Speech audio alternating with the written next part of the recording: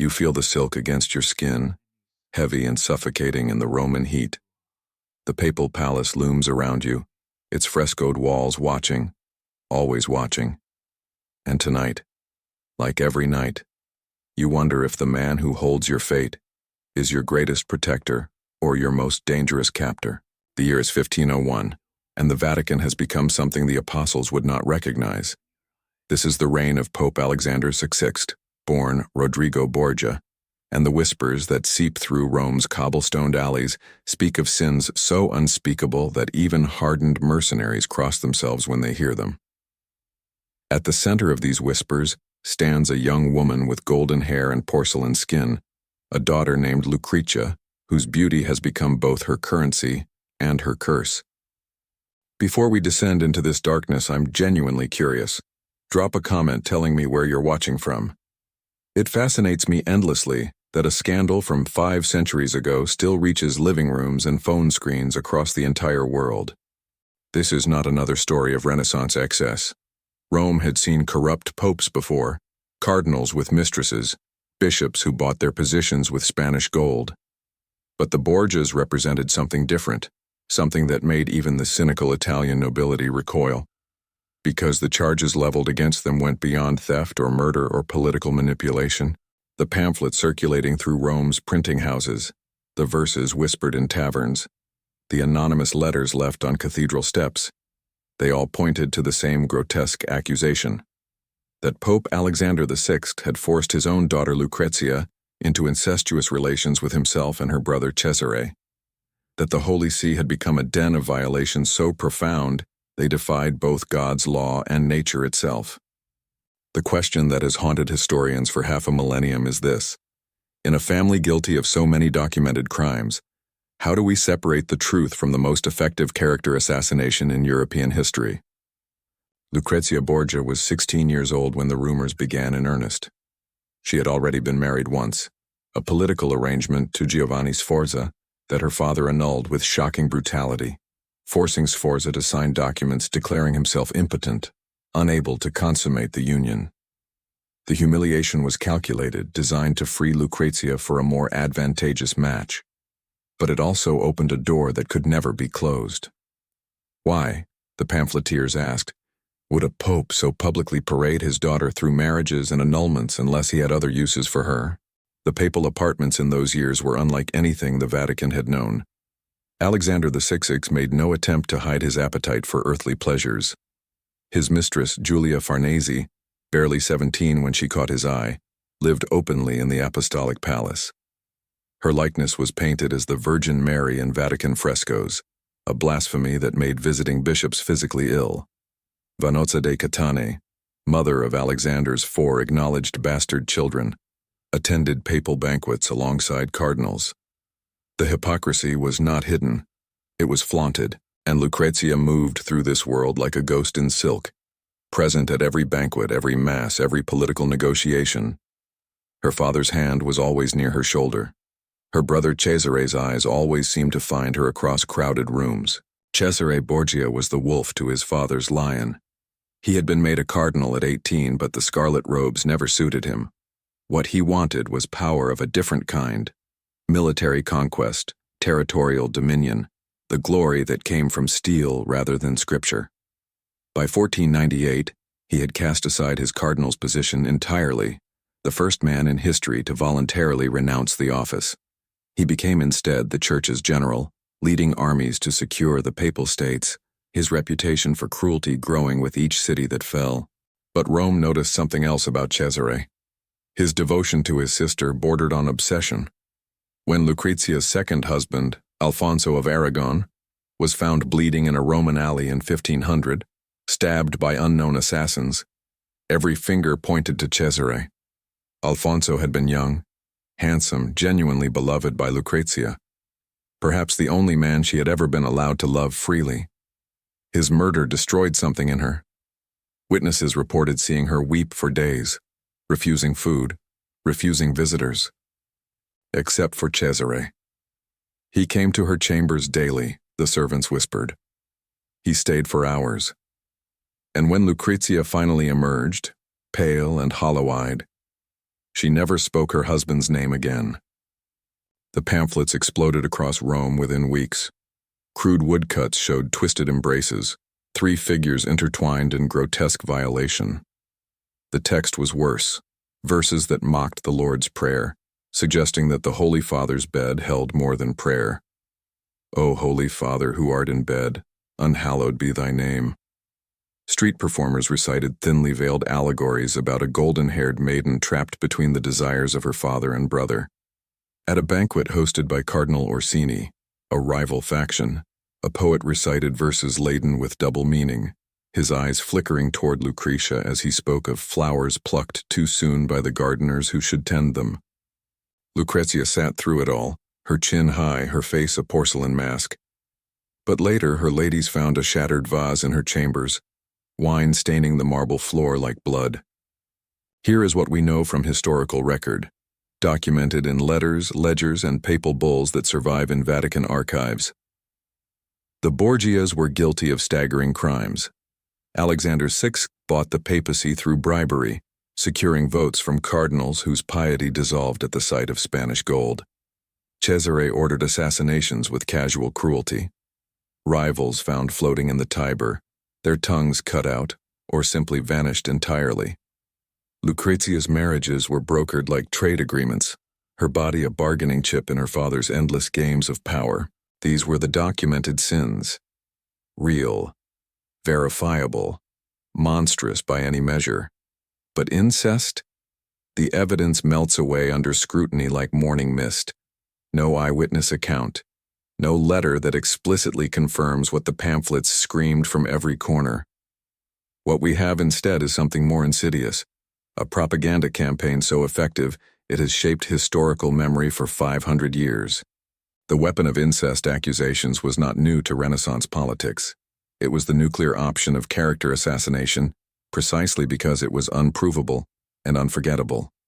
In a world where the Church preached purity and the sanctity of family bonds, no charge carried more weight. You could be forgiven for murder in that era. Wars made necessities of bloodshed. You could be excused for bribery. Everyone understood the cost of power.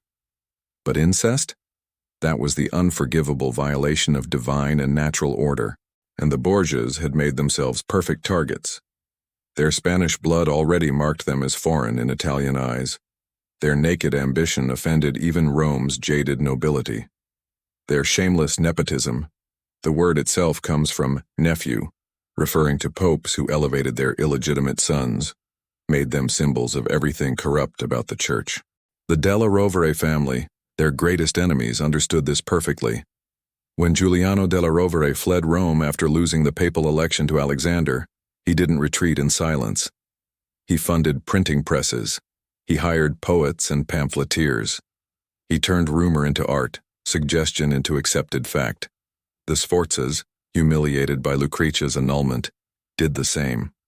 So did the Orsinis, the Colonnas, every noble family that found itself on the wrong side of Borgia ambition. The most damning evidence of fabrication comes from the accusers themselves. Giovanni Sforza, after fleeing Rome and signing away his marriage, spent years railing against the Borgias. In letters to other nobles he made wild claims that Alexander wanted Lucrezia for himself, that the annulment was designed to free her for unholy purposes. But historians have found earlier letters from Sforza, written before the annulment, in which he expresses no such concerns. The incest accusation appeared only after he had been humiliated, only after he needed to justify his failure. Similarly, the most graphic pamphlets can be traced to specific political moments: military defeats for the Borgias, shifts in alliance structures, moments when their enemies needed public opinion to turn. The propaganda followed the pattern of warfare.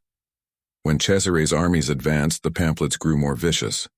When the Borgias secured new alliances, new eyewitnesses emerged with impossible stories. But here is the tragedy at the heart of this story.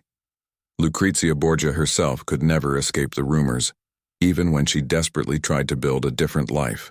In 1501, she was married for a third time, to Alfonso d'Este, Duke of Ferrara.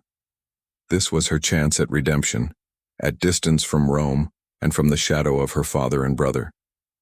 Alfonso was a practical man who claimed to care little for gossip. "I judge women by their actions in my court," he reportedly told advisors who warned him about Lucrezia's reputation, "not by Roman slander." Ferrara became Lucrezia's sanctuary. She threw herself into the role of duchess with genuine fervor. She patronized poets and artists. Ariosto dedicated verses to her.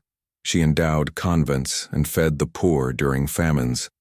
She bore Alfonso's children and raised them with tender attention. The people of Ferrara, initially suspicious of the infamous Borgia daughter, slowly began to whisper different stories. About her piety, her hours spent kneeling in the cathedral. About her kindness to servants. About how she wept when reading letters from families separated by war. She was trying desperately to become someone else, to shed the Borgia name like a snake sheds poisoned skin. But the past followed her. Merchants smuggled pamphlets into Ferrara. Traveling preachers spoke of scarlet women whose sins could never be washed clean, and the crowd's eyes would flicker toward the ducal palace. When she commissioned portraits, she insisted on being painted with religious imagery, saints' halos, prayer books, children on her lap. She was constructing a counter-narrative, one image at a time, one charitable act at a time. In August 1503, everything changed.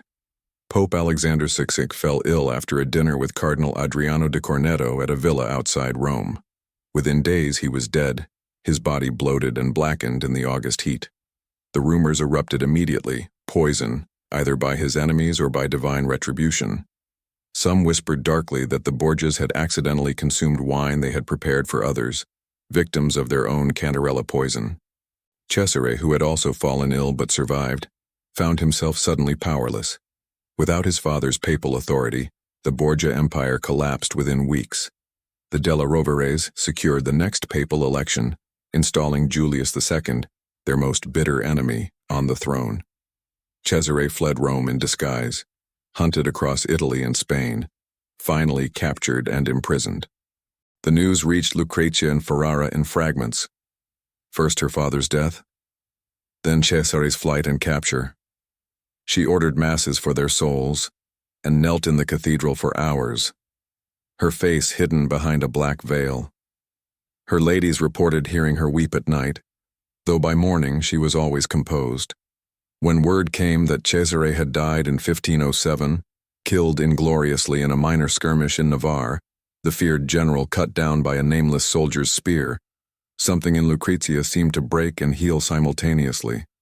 The last living tether to her Borgia past was severed. She lived another dozen years, dying in 1519 after complications from childbirth.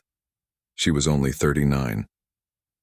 In her final letters, preserved in Ferrara's archives, there is no mention of Rome, no reference to her father or brother. She wrote of her children's education, of monastery endowments, of prayers she hoped would be said for her soul.